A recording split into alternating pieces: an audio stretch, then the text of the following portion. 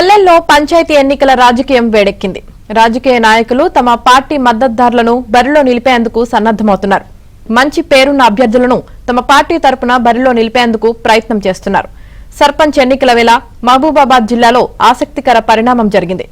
దంతాలపల్లి మండలం దాట్ల గ్రామ పంచాయతీ స్థానాన్ని రిజర్వేషన్లో భాగంగా బీసీ మహిళకు కేటాయించారు. ఈ క్రమంలో ఎంపీటీసీ మాజీ సభ్యుడు తన తల్లి రాములమ్మను సర్పంచ్ అభ్యర్థిగా పోటీ చేయాలంటూ ఆమె కాళ్లు పట్టుకున్నాడు. ఈ వీడియో సోషల్ మీడియాలో వైరల్ గా మారింది.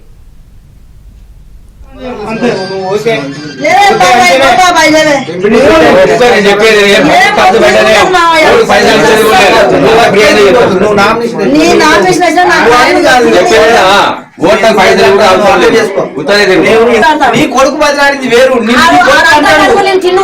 నువ్వు తినకున్నా తిన్నా.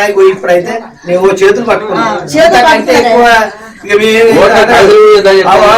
మేము చేస్తాం కానీ నువ్వు అంటేనే ఇగో నువ్వు ఓకే అలా చెప్పాలి, ఇంతమంది చెప్పాలి అంతే. తప్పుల విషయం మేము మనిషి ఉంటాయి.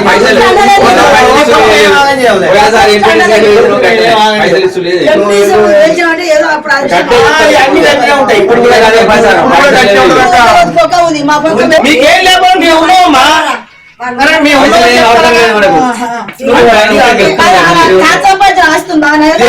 లేదు ఆయన మంచిగా ఉన్నాడు, ఆయనే ఉన్నాడు అట్లా. నిన్నే ఆగం కావాలని మేము కోరుకోవమ్మా, అర్థమైందా? మా సాధ్యమైనంత మేము కూడా